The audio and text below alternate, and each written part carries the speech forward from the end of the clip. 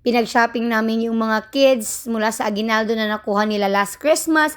Pero parang nalugi ata kami. Broke my tail. Why? Di man good? I am. You owe me $30. No, Why? because I'm gonna turn broke.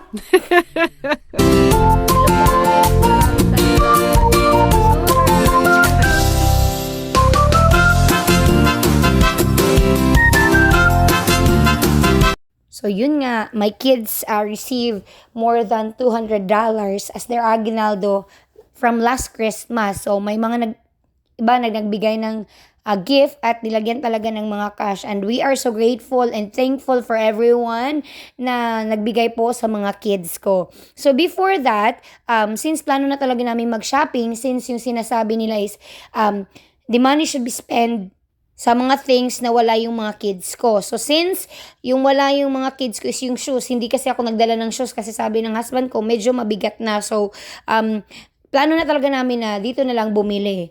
And since i-spend nga, so yun yung planong bilhin namin. But before that, pumunta muna kami ng Hot Beans. Yung Hot Beans po dito is yun yung mga returned order from Amazon. So yung mga hindi na sinauling order, so binibenta nila. So may iba't ibang price ng bawat araw. So this day is Tuesday, last 26 sa amin dito.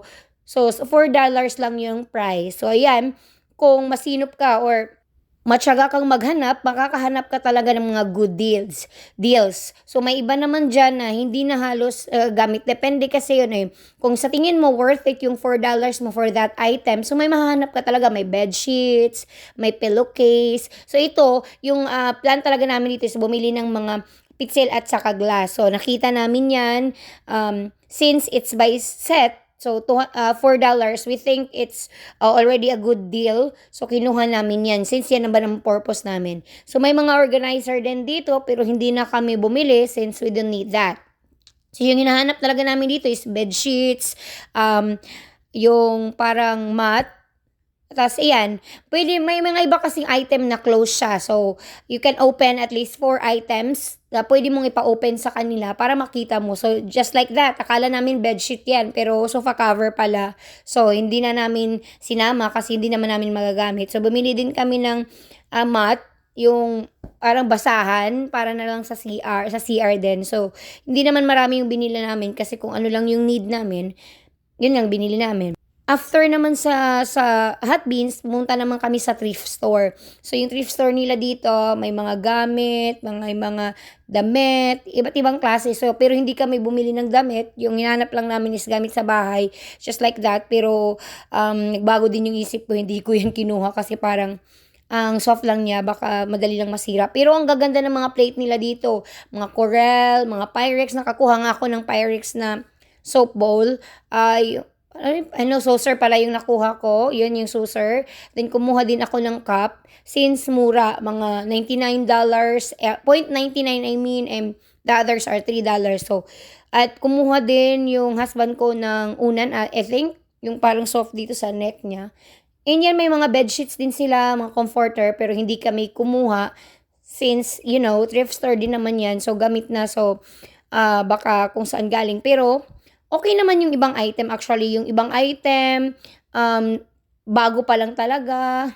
So, yeah, nasa sayo na yan kung gagamitin mo hindi. So, yan lang binili ko at bumili din kami ng toy ng mga anak ko dyan. 2 toy yung nagustuhan nila. So, after naman sa thrift store, dito na kami pumunta sa mall dito sa Palm Beach.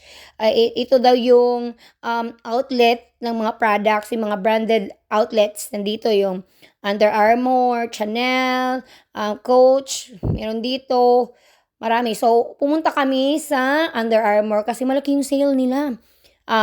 May less na nga, just like that, $19. So, yan na lang yung babayaran mo from $70 ata. Yan. So, nakakamura, di ba? So, yun binili namin para sa mga anak namin. And yan, may 50% off pa yan, discount niya. Bumili din kami ng pants ng mga anak ko. Kasi dyan namin spend yung $200 nila. Pero, nalugi ata kami. Kasi hindi kami binayaran. Buti na lang yung $100 na sa amin. Kulang. $162 ata yung inabot, hindi ka bibinigan, besh. Kasi broke daw sila, magiging broke. Which is di namin pinilit. So ayan, naglibot-libot din kami. Maraming mga outlet dyan, mga branded outlets yan. Pero hindi na kami pumasok since I don't have money, guys. And then, yung plano ko kasi is pumunta ng Bath and Body Works kasi ang laki talaga, ang taas ng sale, I mean, grabe yung sales nila. Up to 70% discount. Kasi sinuruan kasi ako ni Ma'am Emma, sabi niya, kapag 26 to 27 daw, ganun talaga yung sale is malaki. Since yun yung mga stocks na hindi naubos during Christmas. And so much, parang malulula ka talaga sa dami ng sales. Pero konti lang naman din yung binili ko. And plano ko kasi soon, magtitinda din ako na ibebenta sa Pilipinas. Soon, sana nga. So, ayan, mga 6 p.m., pauwi na kami at ang ganda. Sinama ko lang to kasi ang ganda ng view, ang ganda ng sunset. So, yun lang, guys. Thank you for watching. Please don't forget to like and share my video. Bye!